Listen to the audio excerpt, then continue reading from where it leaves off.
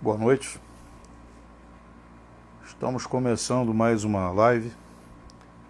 Hoje vamos ter o prazer de conversar com o Tenente Coronel Fernando, chefe da nossa psicologia da Polícia Militar.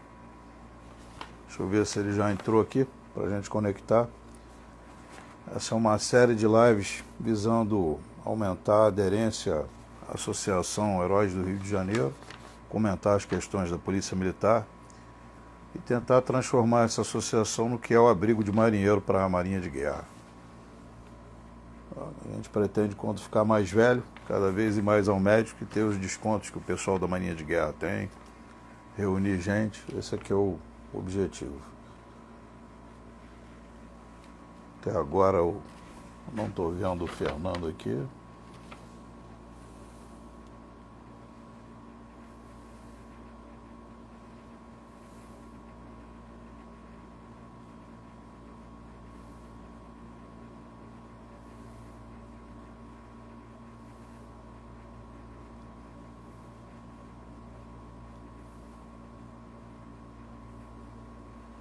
Ainda não. Estou vendo Lige Fávero, Luciano, Medeiros, Spinelli, Rita. Boa noite para vocês. Deixa eu ver aqui quando é que entra o Fernando. 3º Batalhão da PM. A área onde eu moro, do 3º Batalhão. Deixa eu acionar para Spinelli aqui enquanto o Fernando não entra. 3º Batalhão. Rita, bom te ver aí. Fávaro e Lígia, nosso casal 20. Deixa eu ver se entrou aqui o Fernando.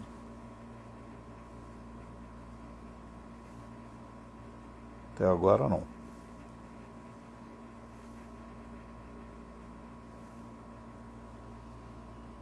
Agora sim.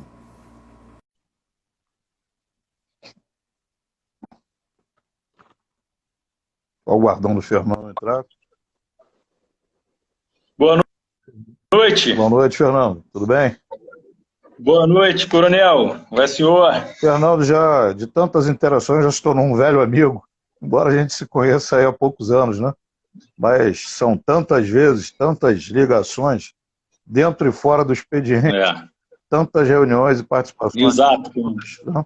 Tentando melhorar a condição do nosso pessoal e discutindo. Até livros sobre psicologia eu já li, não me atrevo a ser psicólogo, mas para entender melhor a coisa, né? Psicologia de guerra. Bom, Fernando, Sim. queria que você falasse um pouco sobre você, se apresentasse, já falei um pouco sobre os objetivos das lives, e falasse um pouco sobre você e como se deu a sua entrada na PM.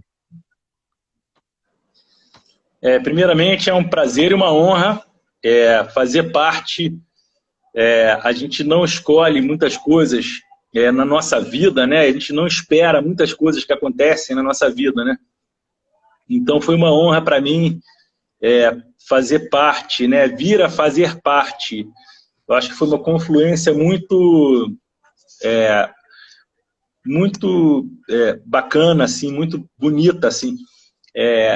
A hora em que eu comecei a fazer parte da comissão de análise da vitimização policial, que está desembocando na minha participação aqui nessa live de hoje, né, que deu origem à nossa interação, né, coronel?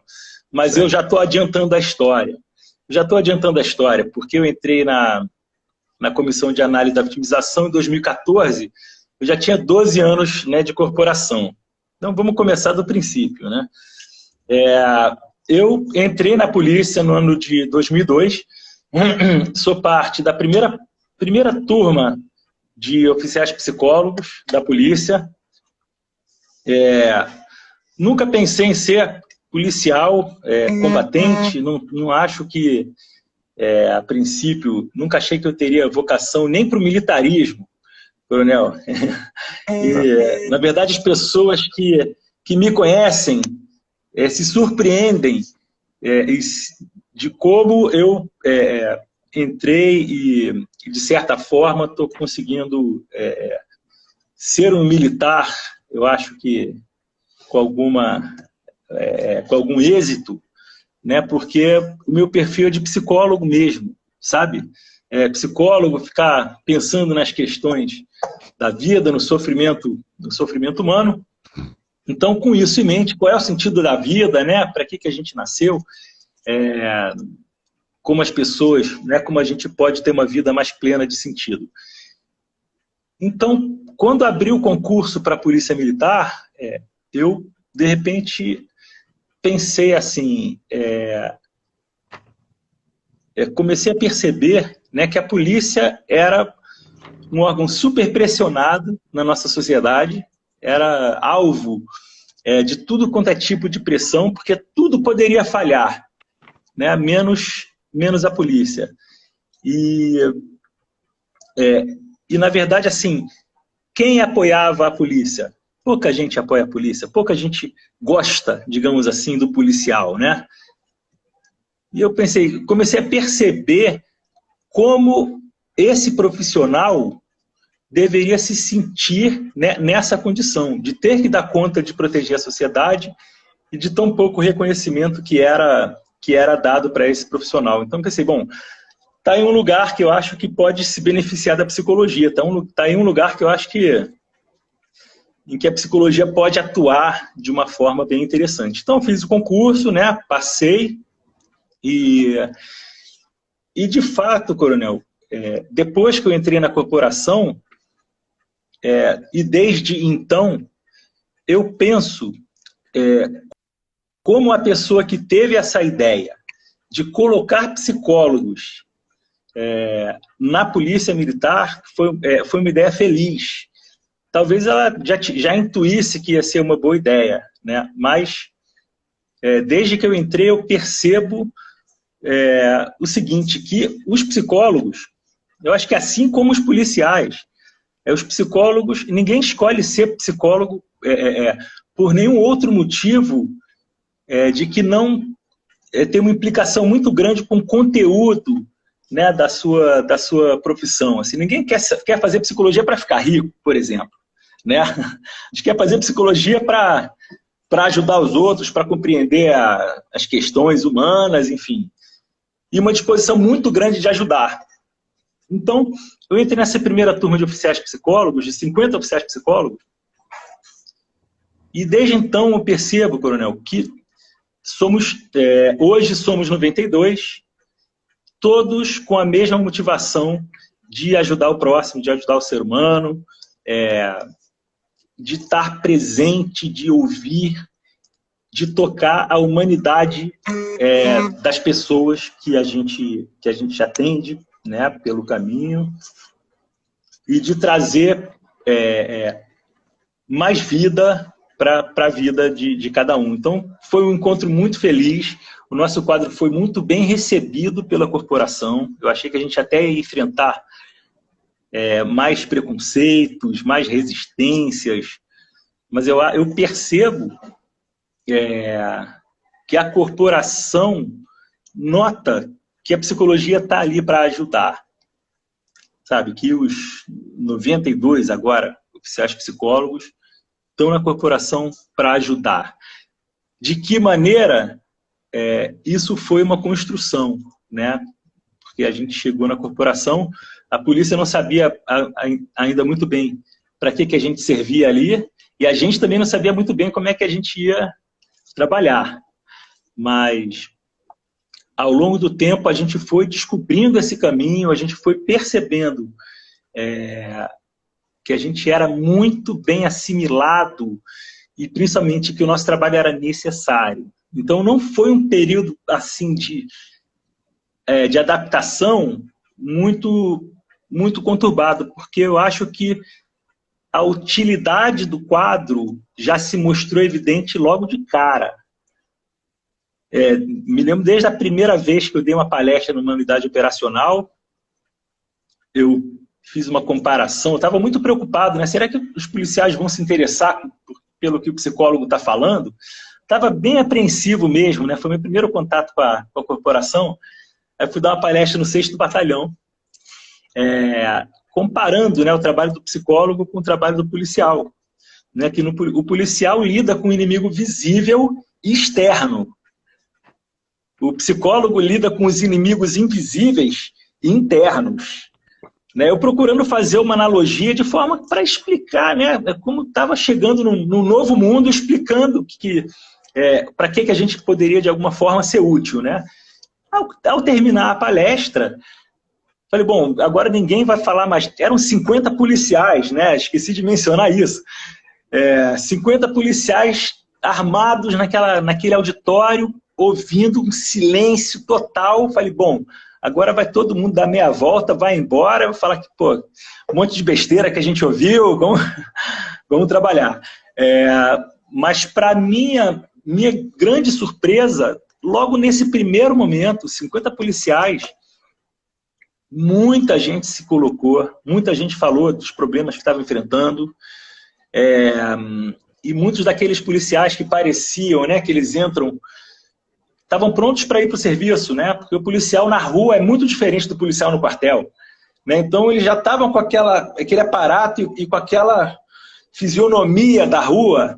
Eles desarmaram naquele momento, cada um começou a falar de si, dos seus problemas, como acontece, né, quando a gente está no consultório, no ambulatório, e eu consegui ver a humanidade ali de cada um, sabe, se colocando com suas dificuldades no trabalho, com seus dilemas. Então, foi aí que eu comecei a ver que existe uma diferença muito grande entre o que o policial mostra fora do quartel e o que ele mostra no quartel, o que ele mostra em família, o que ele mostra na sua vida pessoal. Então, para a psicologia, para nós psicólogos, foi como descobrir um novo continente. Né? A gente estava se deparando com uma dimensão desconhecida que não só nós não conhecemos, mas o grande público também não conhece. E é um mundo incrível. Eu sei que não tá na pauta aqui, que a gente sempre procura ajustar uma pauta antes, né, para ter um norte, e para não dar nenhuma pergunta aí que deixa o convidado aí numa saia justa, numa sinuca de bico. Mas nada. Essa experiência que vocês, do nosso corpo de psicologia, da PM, têm, vocês lidam conosco que estamos em guerra real, né? Volta e meia a gente está numa guerra, embora assimétrica, né? De quarta geração, guerrilha, mas é uma guerra, né? Irregular. Vocês estão entre os, vamos dizer assim, se esse é o termo certo, entre os corpos de psicologia do mundo com maior experiência de lidar com gente em transtorno de estresse pós-traumático em realidade de guerra. Vocês estão aproveitando, escrevendo livro sobre isso, fazendo tese, porque eu acho que assim, o banco de problema que vocês têm deve ser uma infinidade de coisas só relatável, talvez pelos norte-americanos, pelos israelenses, sei lá, pelos mujahedins, mas quem hoje em dia está nesse nível de guerra que a gente está? Como é que vocês estão em termos mundiais quando encontram outros psicólogos aí em congressos? Se é que tem isso, não sei como é essa experiência em guerra, igual para igual, acima dos caras, já tem mais experiência em guerra do que os caras. Como é que é isso? Olha, em termos de experiência, eu acho que é difícil barrar o nosso quadro no que concerne, né, a experiência com pessoas em combate. Né? Mas, de fato, a gente fez um grande levantamento entre 2018 e 2019 sobre o estresse pós-traumático na corporação. E, para nossa surpresa, o estresse pós-traumático, sim, tem alguma relevância, mas tem outros tipos de transtornos, de estresse, fatores de estresse que, digamos assim, afetam o policial de maneira igual também. Então, o estresse, porque o estresse pós-traumático, ele é devido a uma experiência específica, traumática, né? A uma ou a duas. Só que o nosso policial, ele é submetido a tantas experiências que causariam estresse pós-traumático em outras populações, até qualquer cidadão normal que, de repente, entrasse em uma operação com um policial nosso, ficaria traumatizado para o resto da vida. Só que, para nossa surpresa, os índices, eu não me lembro agora do número, né? Se eu tivesse até colocado, eu até veria o número que a gente chegou, mas não foi um número assim tão acima da população normal. Então, assim, o curioso, a gente já começa uma peculiaridade, né, do nosso público, né, do público que a gente atende, é que, embora eles estejam diuturnamente, em algumas unidades, submetidos a eventos potencialmente traumáticos, muitas vezes eles não estão traumatizados com aquilo, porque a formação já preparou eles para aquilo, o dia a dia já apresenta aquelas particularidades mesmo de combate. Então, assim, o estresse pós-traumático acontece quando existe alguma situação especialmente traumática, que foge do controle. Por exemplo, quando algum colega é ferido ou morto perto daquele policial, sim, aí existe. Aí vem, né, a possibilidade do desenvolvimento do estresse pós-traumático. Ou quando o policial quando acontece alguma coisa com ele fora de serviço, que também pode desencadear, né, uma situação de estresse, que ele seja, que ele passe por alguma situação de risco. Então, assim, o estresse pós-traumático na corporação, para nossa surpresa, ele não é tão preponderante quanto o volume de combate daria a entender. Isso que a gente já começa daí. Aqui o nosso herói é um deles. Diz que às vezes a esposa traumatiza mais do que a própria guerra. Você confirma isso aí ou não? Depende da esposa. Né? Não, pois é. Deixa eu te perguntar a próxima pois aqui. A família fica traumatizada também, né? Família. A minha dissertação de mestrado foi sobre a família do policial militar. Foi sobre níveis, como o trabalho policial militar afeta a família do policial. E essa é uma família também que a gente pode dizer que, na minha experiência clínica, enquanto psicólogo no HCPM, eu pegava as famílias traumatizadas, as famílias afetadas. Então, na minha dissertação, eu fui pesquisar, esperando encontrar um grau de afetação, né,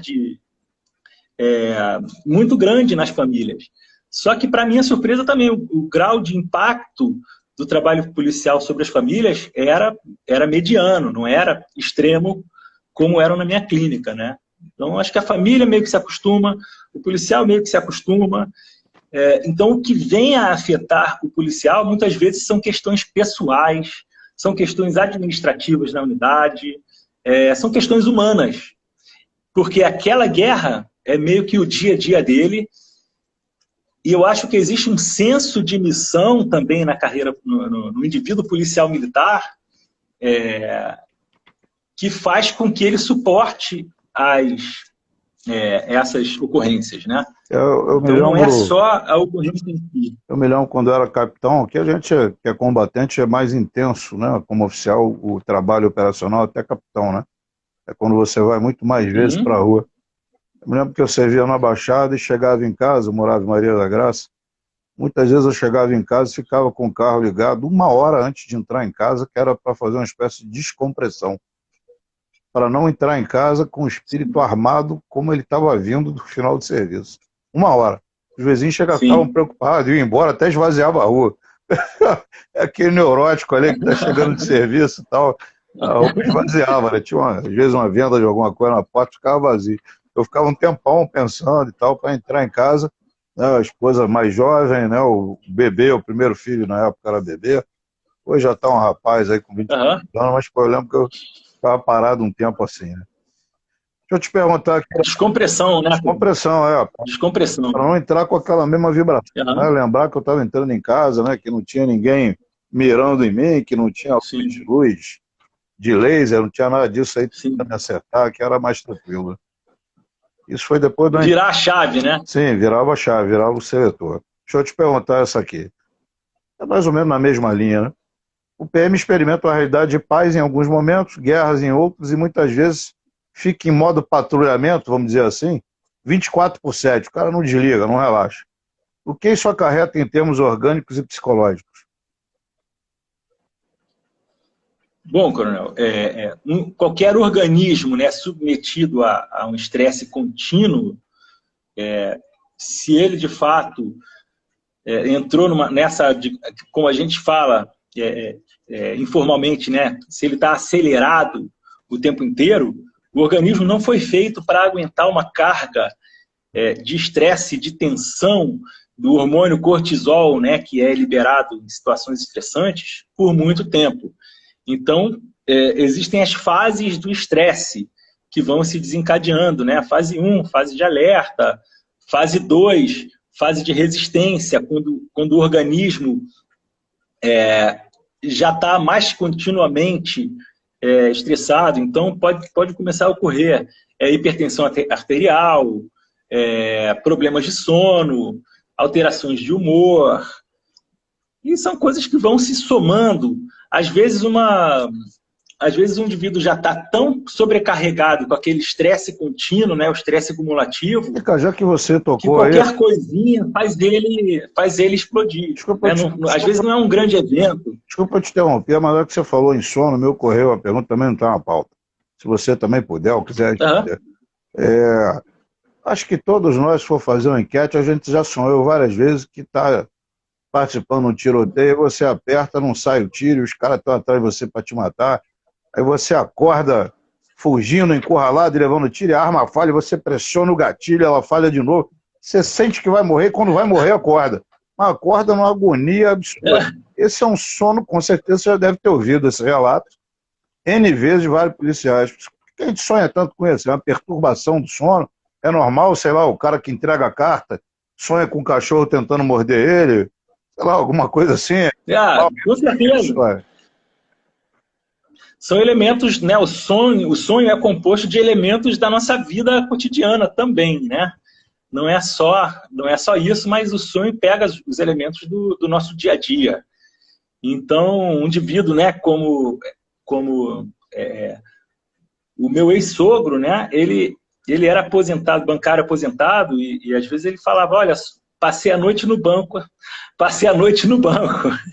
resolvendo, fazendo extrato, não sei o quê. Só que, assim, o estresse ao qual o bancário é submetido é bem diferente de um estresse do combate, né?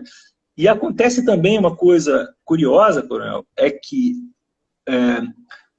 o estresse, muitas vezes, enquanto o indivíduo está sob estresse, o organismo está apto e os mecanismos de defesa, até psicológicos, estão ativados.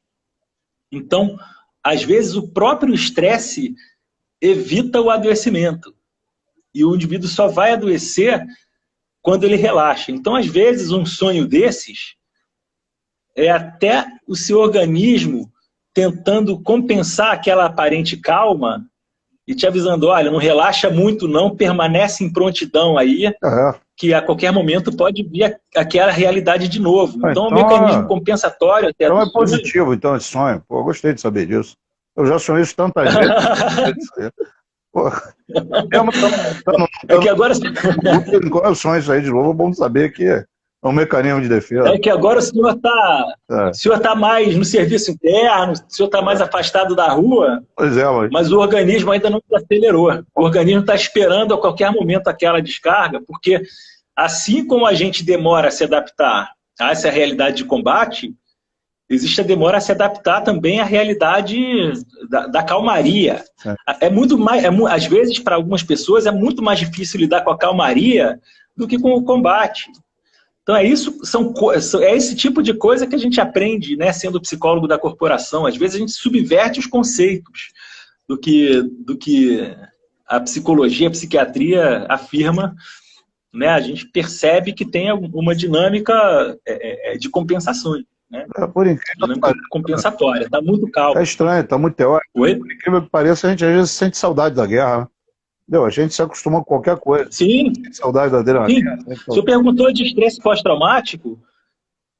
O senhor perguntou de estresse pós-traumático, mas a gente vê muita gente que tem esse senso de missão mesmo, né? Tem esse senso de missão, que gosta, tá no serviço interno, está insatisfeito, está querendo ir para a rua, está querendo, enfim, trabalhar.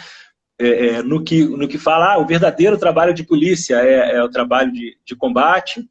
Então, tem muito policial que sente falta mesmo, né? Vou te perguntar a próxima. E se acostuma nesse ritmo. Deixa eu ver a próxima, deixa eu ver aqui. Estudos mostram que unidades militares submetidas a guerras por longos períodos adoecem, na maioria dos casos, psicologicamente, havendo registro de, às vezes, mais da metade do efetivo de algumas unidades estar com problemas psicológicos ou psiquiátricos. Eu li aquele livro Sob Fogo, A Morte como Hipótese de Trabalho, de um coronel francês. Ele aborda as questões psicológicas. Acho que até te dei um livro desse, se não me engano. Não, pra gente debater. Eu li. Então, o que você pensa sobre isso? Entendeu? O que você acha disso? Em relação a gente... Coronel, o que a gente percebe na PEMERGE, tá? Vou trazer para o senhor o que a gente percebe na PEMERGE. O adoecimento não se dá meramente pela guerra, né? A gente vê que os policiais do BOP vão para o combate praticamente em todo o serviço, né? São acionados, não sei exatamente qual é essa proporção, mas pelo menos, sei lá, uma vez a cada 2 dias, sei lá, 2 dias por semana, aquele policial tá em combate, né? Está sendo acionado.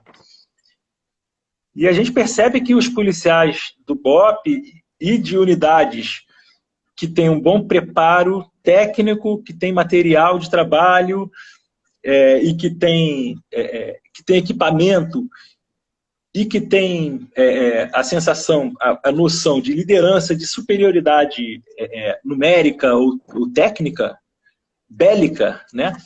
Ele suporta muito bem esse combate e ele consegue operar com relativa tranquilidade, salvo quando acontece alguma ocasião, né, algum evento particularmente traumático. Então, o policial consegue lidar, o guerreiro, né, consegue lidar muito bem quando ele se sente, quando ele sabe qual é a missão e quando ele tem meios de conseguir cumprir essa missão. O que a gente percebe que adoece é a falta de meios e a falta de clareza na missão. Então, assim, são elementos que não estão intrinsecamente ligados ao combate, mas que meios o policial, que meios aquele combatente tem para combater aquele, né, para travar aquele combate. Isso a gente viu, Coronel, no 41. Não sei se você se recorda, quando a gente esteve no 41 para fazer aquela nossa pesquisa sobre vitimização policial, e a gente perguntou para os policiais do 41, me lembro que o senhor fez a pergunta, a gente gostaria de saber como é que está o serviço de vocês, o que os aflige no serviço, a gente queria saber como é que está sendo travar esse combate aí diário da unidade. Ninguém queria falar, né? A gente achou que estavam com medo de se expor a alguma coisa, o senhor falou, não, olha, podem ficar à vontade, podem falar, a gente está aqui para ajudar vocês, para dar meios. Comandante, a gente aqui tem meios de trabalho, a gente consegue fazer o que a gente precisa, a gente tem meios, eu me sinto muito bem trabalhando aqui. Então foi uma resposta uníssona daquela tropa que estava ali presente, que nos surpreendeu. Né? Então, os elementos são esses. Existe clareza na missão? Existem meios para cumprir a missão? Se existe isso, a gente percebe que o nível de saúde mental é bom. Eu me lembro então, por isso que eu fico... Alguns deles disseram mais ou menos assim, né? Olha, eles estavam no 41, para quem não sabe, talvez algumas pessoas estejam ouvindo, 41 é uma das nossas zonas mais confrontadas, né? Um dos batalhões com maior índice de confronto, maior risco. Mas eles disseram, não, nós estamos nos sentindo aqui no paraíso. Né? A gente está vindo da UPP. O paraíso, né? Os caras disseram isso, por causa que você está citando, né? Os meios, os objetivos, diferentes, eles não se sentiam bem nas UPPs na época, né? Tinham vindo da UPP, um grupamento forte, né? Veio dessa área. Deixa eu te perguntar mais uma questão aqui. Os suicídios na PM e fora dela, tem diferenças notáveis? Se tem, por quê? Ou se não tem? Olha, Coronel, os índices de suicídio nas forças policiais em geral, tá? Principalmente polícia militar, que é a polícia ostensiva, né, que está mais exposta, são bem superiores à população normal, né? Estava lendo agora uma pesquisa, né, do grupo que era do GEPESP, da UERJ, da Deise Miranda, que é uma pesquisadora, que é parceira nossa, tem algumas psicólogas do nosso grupo que fazem parte do Instituto, de pesquisa dela, que aponta assim, que os policiais têm 4 vezes mais chances de vir a cometer suicídio do que alguém da população normal. E aí fica a pergunta, né? Por quê? Então, assim, na pesquisa ela não chega a uma resposta definitiva, mas chega a essa noção que eu estou trazendo, de que o policial sofre muitas vezes por questões humanas. É como o nosso combatente aqui falou, né? Às vezes a minha esposa me estressa mais do que o combate, né? São questões humanas. O suicídio é um fenômeno multifatorial, multicausado. Então não dá para a gente afirmar o policial se mata principalmente por tal tipo de fator, né? Então existe uma prevalência de 4 vezes mais suicídios nas forças policiais do que na população. E o que difere mais essa população da população normal, principalmente é o acesso à arma, acesso ao meio letal. Porque o indivíduo da população normal até pode estar deprimido, pode estar desesperado, mas ele não tem o acesso a um meio tão eficaz de cometimento, né, de tentativa de suicídio. Então, pronto acesso à arma é o principal fator que torna os suicídios muito aumentados entre policiais em relação à população em geral. Entendi. Deixa eu te perguntar mais essa. Após alguns anos interagindo, estudando e convivendo com mortos e feridos, nós, né, principalmente da comissão, fisicamente e psicologicamente esses feridos, nós pensamos que os pilares da resiliência dos combatentes são 4. Né? O amor de família, né? Amigos, esportes e religião. É isso mesmo? Em que a psicologia pode ajudar? Coronel, eu concordo, né, que esses 4 pilares, né, família, amigos... Esportes e religião. Esporte, religião. Diria que o trabalho também é um fator para muita gente, né, para quem tem esse senso de missão. Né? Eu tenho certeza que é o caso do senhor, que o senhor é um apaixonado pelo que faz. E, assim, eu acho... O que a psicologia pode fazer? Eu acho que a psicologia entra quando esses pilares falham, né? Quando o indivíduo não consegue encontrar graça nas atividades que ele fazia corriqueiramente, né? Então, primeiro, a psicologia entra nesse momento para trazer ao indivíduo essa tranquilidade. Olha, tudo bem, você não está mais tendo a satisfação que você tinha com a sua vida, com tudo que sempre te trouxe motivação, ela não está mais presente. Mas, calma, vamos passar por isso. E muitas vezes é um momento que a pessoa está passando, é um momento que a pessoa está vivendo, de falta de sentido, de não ver mais sentido em muitas coisas que ela fazia. Então, o psicólogo é uma pessoa que está ali disponível, muitas vezes, para estar junto com a certeza de que aquilo ali vai passar, de que essa motivação não vem necessariamente das coisas, mas talvez da forma como a pessoa está vivendo aquelas coisas. Que ela está, enfim, algo na vida dela causou algum problema que ela está impedida de sentir o prazer natural que ela sentiria com essas atividades. Então a gente vai entender qual é o conflito interno, basicamente, que está impedindo a pessoa de ter satisfação com as coisas que ela sempre teve. A Simone, é aí que a psicologia entra.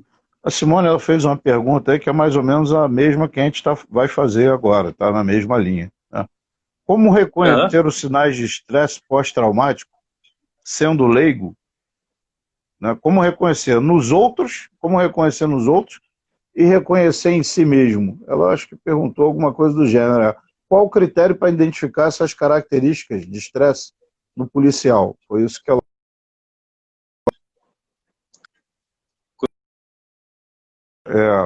mais ou menos na mesma linha. Né? Como reconhecer os sinais de estresse sendo leigo, né? Nos outros e em si mesmo? Como é que a gente faz isso?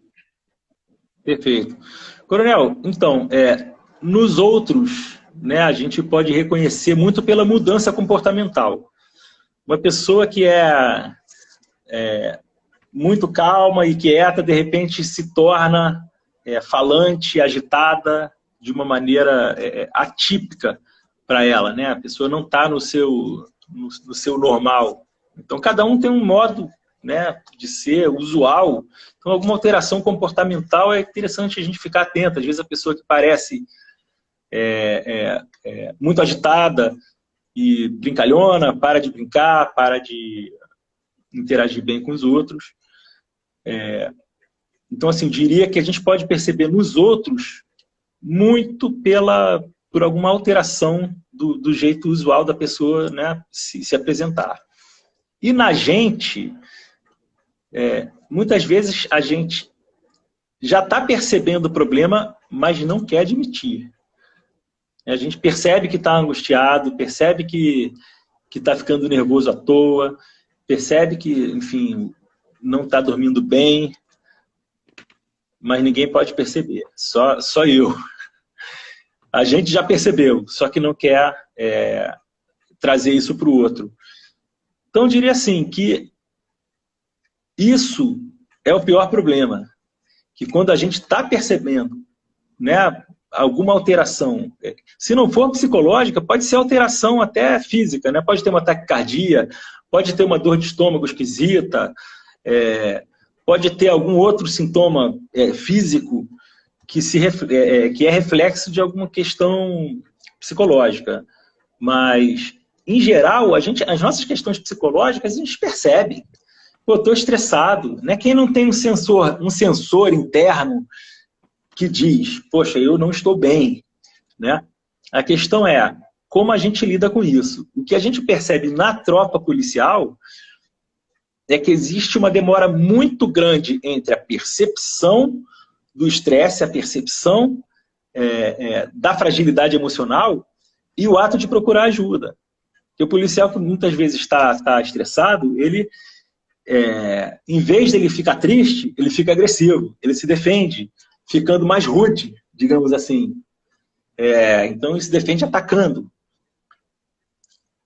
E isso é um mecanismo de defesa. Então, assim, o importante é nesse momento a gente promover essa ideia de que é possível, sim, lidar com.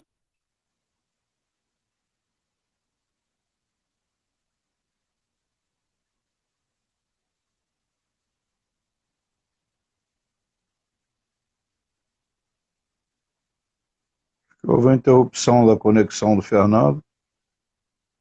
Não sei se as demais pessoas estão me ouvindo.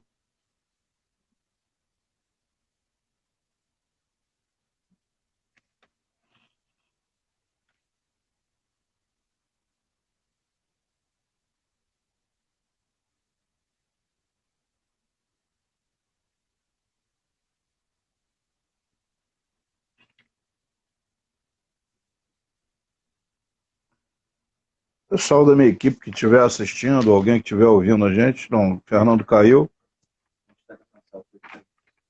Estou sendo ouvido? Tá? Travou o Fernando. Fernando, tenta reconectar novamente. Não vou interromper, que é para realmente acabar às 21 horas, né? Estava vendo algumas perguntas da Simone, a gente tem isso, o Fernando vai falar melhor sobre isso. A gente tem o setor de psicologia, sim, que tenta medir isso, mas dentro das possibilidades.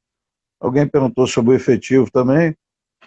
Isso é Brasil aqui, né? Nada nunca é o ideal. Acho que no mundo nada tem, nada assim, o ideal, em termos de quantidade, mas é bastante satisfatório, né? A gente consegue ter psicólogos quando precisa. Vou adicionar o Fernando novamente, aí a gente continua.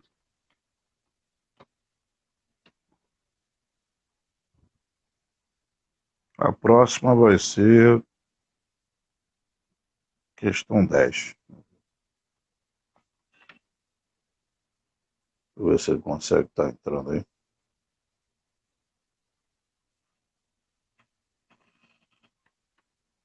Estou aguardando a reentrada dele aí.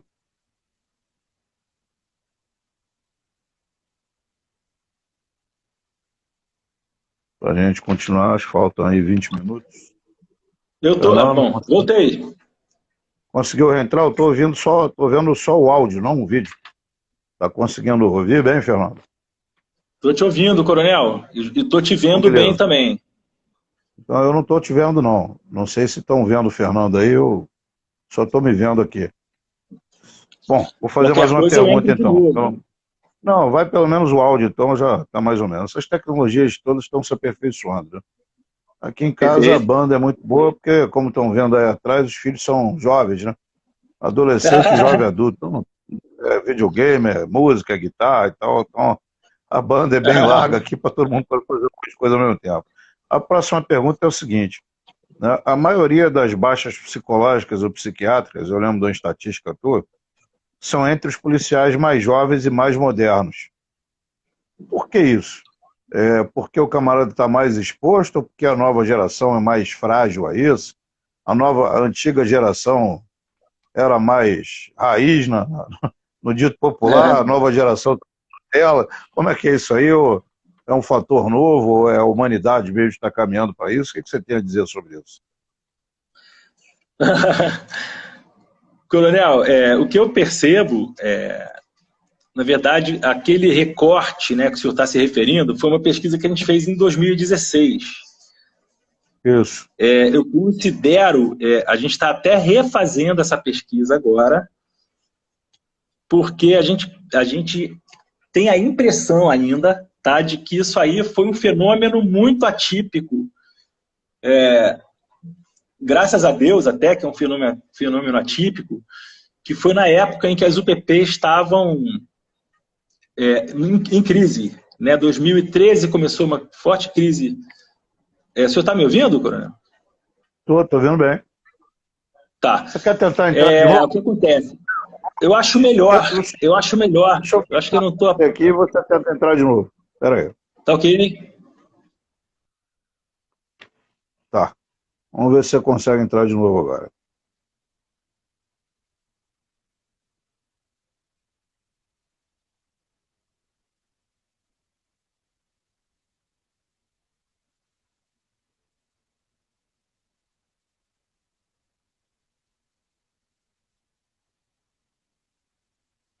Estou tentando adicionar de novo, vamos ver se vai melhor.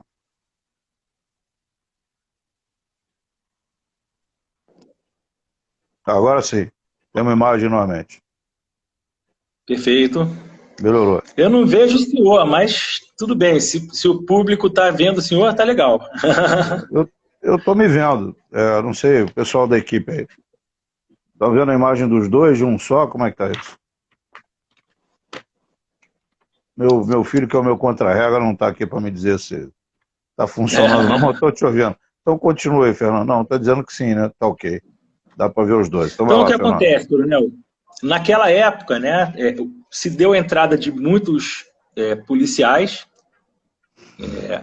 Em 2013, o Estado entra numa crise econômica muito grande e as UPPs, que eram unidades, digamos assim, super expostas, unidades onde o policial ficava super exposto no terreno e ficava exposto o dia inteiro no terreno, a gente viu que essa época foi uma época de grande adoecimento mental de policiais, mas foi uma época muito atípica, eu acho que na história da polícia. Foi uma época atípica na história da polícia. Eu acho que nunca aconteceu uma onda, digamos assim, de adoecimento tão grande. Ouso dizer, tá? Porque a gente teria que ver essa série histórica mais para trás, o que vai se tornar possível em breve. Ouso dizer que a polícia nunca viveu uma onda de adoecimento psicológico, psiquiátrico, tão grande quanto aconteceu entre 2013 e 2016, 2017. Agora essa curva já está baixando de novo. Mas isso se deve à crise das UPPs, né, onde o policial estava exposto no terreno o dia inteiro e preparado para uma realidade de pacificação que depois se reverteu. Então, o policial ali se sentia muito vulnerável. Então, eram policiais novos, policiais jovens, que estavam naquele terreno hostil e se percebendo vulneráveis.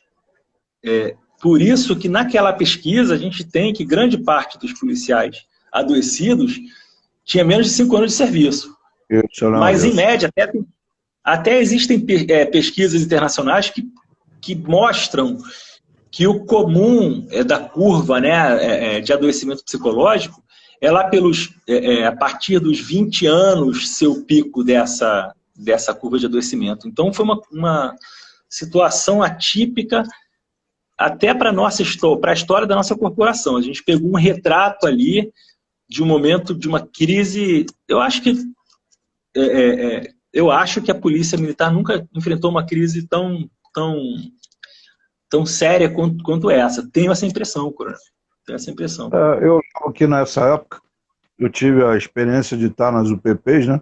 Como comandante do Complexo do Alemão, Manguinhos, planejador da UPP. Ainda bem que não aconteceu, que era no Complexo da Maré. E eu cheguei a ver a situação de um fuzil para 4 homens. Nem em Stalingrado teve isso. Era um fuzil para 2. E fuzil, às vezes, com 3 munições. Eu vi o Rafael Cabral aí entrando, um dos nossos heróis aí, e eu lembro dele falando isso para mim. Aí dizendo, não, o fuzil com 3 munições não, é para causar um efeito psicológico. Então, realmente, a situação estava muito crítica, né? A tropa estava... eu me lembro que foi quando eu conheci parte da minha equipe atual, a gente fez um trabalho longo de especificação de todas as necessidades logísticas, né, das 10 piores UPPs que, felizmente ou infelizmente, estavam sob o nosso... E, olha, faltava tudo. O que você imaginar, faltava. Entendeu? A gente via aquela garotada muito jovem ali, num risco máximo e sem condições, né, logísticas, né, concretas, expostos ali a todo tipo de fogo inimigo, até o uniforme era inadequado, era uma mistura de terceiro A com MUG, um negócio assim que ninguém entendia, um negócio muito complicado. E o pessoal ali sendo empurrado, jogado na boca dos leões, né? É um negócio muito complicado. Isso melhorou muito, né? De um tempo para cá, mais arma, mais meios e tal, e talvez isso tenha ajudado também essa questão psicológica que você colocou, né? O cara se sentir, né? Eu tenho até a impressão de que as UPPs estão menos expostas agora, né? Eu acho que o policiamento está mais pontual, né, em algumas comunidades, e isso aí, de fato, muda muito a curva de adoecimento mental. Mas esse é um ponto importante, Coronel, porque eu procuro sempre chamar a atenção para a ligação, né, entre as condições de trabalho, condições mesmo de combate, condições objetivas na promoção de saúde mental. A gente não pode pensar saúde mental... fui encontrar o Coronel Pinheiro Neto, né, comandante-geral na época. Ele falou, Fernando, como a psicologia vai lidar com esses policiais que estão saindo afastados, né, pela psiquiatria? Eu falei, Coronel, gostaria de sugerir ações da psicologia e da gente poder fazer um estudo para propor ações concretas também, porque a gente pode botar 10 psicólogos por policial em alguns setores que eles vão adoecer do mesmo jeito. Então, ele falou para a gente, de fato, fazer a pesquisa, a gente trouxe resultado para ele, mas depois entrou ano de eleição e muitas coisas que a gente tinha proposto ali não foram implementadas. A gente não, né? Não a psicologia, mas ele formou um grupo de trabalho com a CAES, né, Coordenadoria de Assuntos Estratégicos, e diversas propostas para a reformulação das UPPs, e infelizmente não foi adiante, porque no ano seguinte entrou a Olimpíada, a prioridade mudou do Estado, mas a gente acredita que saúde mental depende muito de condições objetivas de trabalho. Não se faz saúde mental apenas, assim como não se faz segurança pública apenas com polícia, né, como o Beltrame falava, né, o secretário Beltrame, não se faz saúde mental apenas com psicologia e psiquiatria. Então, a gente precisa de condições de trabalho saudáveis, de relações saudáveis de trabalho. Então, a gente procura ampliar a nossa atuação para além dos atendimentos clínicos, que a gente procura trazer para a polícia essa conscientização de temos que ter meios para cumprir a nossa missão. Se não temos meios, então a nossa missão talvez tenha que ser mais circunscrita, né? Eu me lembro da então presidente do ISP, Joana, né? dizendo para a gente, depois de pegar uma certa Joana intimidade, Monteiro. depois de alguns meses, depois de muitas reuniões e tal, ela dizendo para a gente que a PM não sabia dizer não, né? Isso era um grande mal, lembra ela dizendo isso? Qualquer Não missão, sabe, por mais mas não sabe. se dissesse assim, olha, acabou de aterrissar aí um disco voador cheio de alien, né? Aquele alien do Alien, o oitavo passageiro. A PM tem que ir lá pegar os bichos, o pessoal vai, entendeu? Desceu aí, apareceu o capeta em pessoa, está na superfície da Terra. Foi no Brasil? Manda a PM, o PM vai. Então ela dizia, vocês não sabem dizer não. Seja lá qual for a missão, sem e-mail, sem nada, vai e vença, na hora sai, e outros termos mais indecorados, que eu não vou citar aqui publicamente, mas aí o negócio vai. O pior é que sai mesmo, NHS na hora sai. Pô, deixa eu te fazer, vou te fazer outra pergunta. Sai, Coronel, sai ou traz também essa curva de adoecimento que a gente viu em 2016. Então é muito perigoso a gente achar que sai, né? Como é que é o... Me desculpa, eu sei que o pessoal da cavalaria vai ficar irritado, mas é tipo o lema da cavalaria, né? Rápido e mal feito, né? Ela faz de qualquer jeito. Bom, pois é. Mas, Coronel, eu posso... Pode falar. Posso assim acrescentar, né? Eu acho que isso é um dado de suma importância, né, que o senhor está trazendo, né? A nossa incapacidade de dizer não. Eu acho que isso vem de toda a pressão que a Polícia Militar sofre na nossa sociedade, né? Porque aqui tudo pode falhar a escola, não pode ter professor, pode falhar o hospital, pode não ter médico, todos os serviços públicos podem falhar, mas se falha a Polícia Militar é uma tragédia, o policial militar aparece na primeira página do jornal, e é uma calamidade, cai o comandante, tudo acontece. Então nós somos, coronel, uma instituição pressionada do soldado ao comando geral, ao secretário de Estado agora, né? Então, assim, toda essa pressão, ela se reflete na mídia, na sociedade. Então, todo mundo diz, olha, a polícia não pode pensar em si, a polícia tem que se colocar sempre em último lugar, a polícia tem que cumprir a missão independente de qualquer coisa. Comparo a polícia com um goleiro, né, de um time desfalcado, onde o ataque não marca gol, meio de campo não acerta um passe e a defesa está furada. E a polícia militar é o goleiro que tem que se defender, tem que defender o time de qualquer jeito, e a torcida ainda está vaiando. A torcida ainda está vaiando o goleiro. Então, assim, a gente tem essa falta de compreensão de que a gente tem que se cuidar, quem tem que cuidar de si, em primeiro lugar. A gente tem que estar bem, em primeiro lugar, para poder cumprir a nossa missão. Eu acho que falta a nós essa consciência de que, em primeiro lugar, deve estar a polícia com condições. Depois, olha, aqui tiveram algumas perguntas. Missão, porque a gente não vai conseguir cumprir de outro jeito. Pergunta, né? A mesma linha de questionamento. Até minha esposa questionou como não adoecer nessa profissão, já deve ter detectado algum sinal em mim aí, essa pergunta foi devido a isso, e ainda colocou aqui, o pessoal está, né, e já está na pauta também. A prevenção do suicídio é possível quase sempre? E a gente encerrou agora o Setembro Amarelo. O que você tem a dizer sobre isso? Quais são, o que tem de novidade para prevenir? O cara medita, ouve música clássica, sei lá, bebe alguma coisa diferente, pensa, reza, como é que é? O que se faz aí para melhorar? Conversa com um psicólogo, procura, lê um livro, vê o filme X, qual é? O que você tem a dizer? Coronel, eu digo assim, que a missão do serviço de psicologia, como um todo, em última análise, todas as nossas ações são para prevenir o suicídio, acabam tendo também esse papel de prevenção do suicídio, né? Eu acho que suicídio pode ser prevenido em uma etapa muito inicial, né? Quando o indivíduo começou a ter alguma alteração psicológica, às vezes a gente, cortando aquele problema do início, a gente está prevenindo o suicídio. Então a gente tem algumas... Eu vou falar assim das ações, né, que a gente tem na corporação para pensar na prevenção do suicídio. Primeiro, a gente faz existe a prevenção primária, que é a prevenção, assim, que a gente vai promover saúde.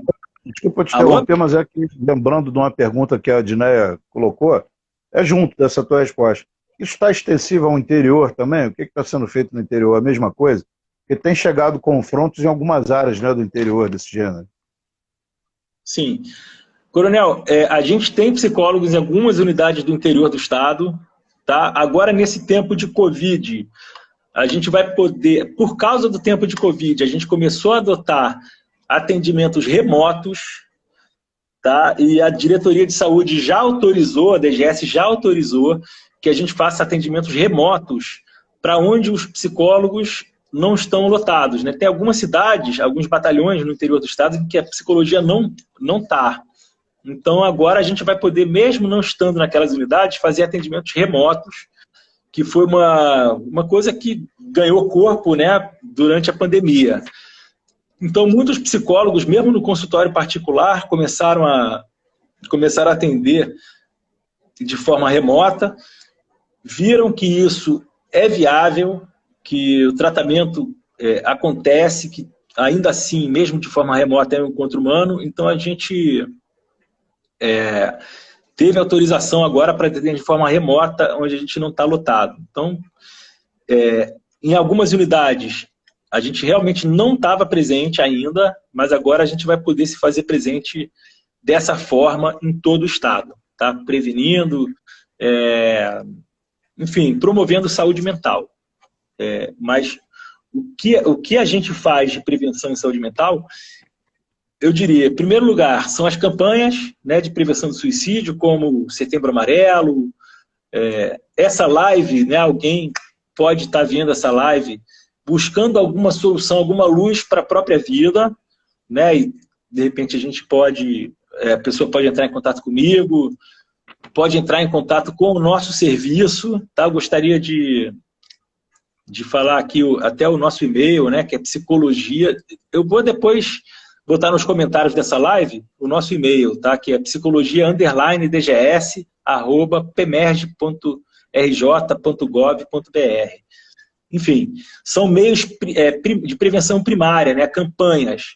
Depois tem a prevenção secundária, que a gente faz um rastreio, a gente faz, por exemplo, através de serviços de atenção à saúde do policial, a gente recebe policiais, hoje são os policiais dos serviços mais conflagrados da região metropolitana. RP Gatti Patamo. A psicologia, na verdade, é um projeto da Diretoria Geral de Saúde, e eles são avaliados por médicos, enfermeiros, nutricionistas e psicólogos, para saber como é que está a saúde física e mental. Isso é prevenção secundária. E prevenção terciária é o tratamento, né? Uma vez que o policial já esteja em sofrimento mental e admitindo esse sofrimento, ele procura o nosso serviço, ele é encaminhado por alguém e a gente atende. Então, eu digo assim, a gente previne o suicídio quando ele ainda é um sofrimento mental pequenininho, quando ele já se tornou algum transtorno, e a gente também previne, enfim, numa situação de crise, como o senhor mesmo, muitas vezes, me ajudou a atuar numa situação dessa. Eu ajudei o senhor também, em inúmeros fins de semana, dias de semana, madrugadas, a gente se contactando para tentar localizar algum policial que está desaparecido e que falou para a família que ia fazer uma besteira. E quantas vezes a gente não conseguiu, de fato, atuar, e isso é muito gratificante. Então, eu diria assim, que o carro-chefe da prevenção do suicídio na psicologia hoje são os atendimentos psicológicos, mas a gente também atua na prevenção primária e nessa terciária, que aí é a coisa, quando a coisa já está mais séria. Pessoal, nosso tempo está acabando. Eu sei que você é um cara fantástico, né? Já salvamos algumas vidas aí. Queria que você se despedisse do pessoal com as palavras finais, que está terminando. Faltam 30 segundos, alguma coisa assim. Tá bom. Bom, queria agradecer a honra de participar dessa live, de fazer parte da Comissão de Análise da Vitimização, e agradecer, espero que possa ajudar as pessoas que estão assistindo, a quem precisar. Tá bom, Fernando, queria te agradecer a todos que estão assistindo. Junto com o Fernando, a gente já acionou ele N vezes, como ele falou, fim de semana, feriado, férias, dia santo, e N vidas foram salvas, né? O diz o Talmud, se você salvou uma vida, salvou o mundo, né? Fernando já salvou muitas vidas. Agradecer a você publicamente, cara. Além de tudo, já é um É amigo uma honra pessoal, né? estar. Das interações. Exatamente, Coronel. É uma honra estar servindo aí nessa posição e poder ajudar a quem precisa. Tá bom. Senhores, então a gente se despede dessa live, a gente fica com gosto de quero mais, né? Tinha várias outras perguntas aqui na pauta, mas é mais ou menos isso, limitado aí 1 hora, já está depois do expediente, para cada um poder curtir sua família também, faz parte do circuito aí da resiliência, tá? Nosso muito obrigado, boa noite a todos. Semana que vem a gente tem live, é na quarta ou na quinta, mas a gente vai avisar, né, a todos aí durante a semana, tá? Nosso muito obrigado aí, boa noite a todos. Fernando, Obrigado, forte Coronel. abraço, amigo. Obrigado, boa noite. Boa noite. Boa noite a todos.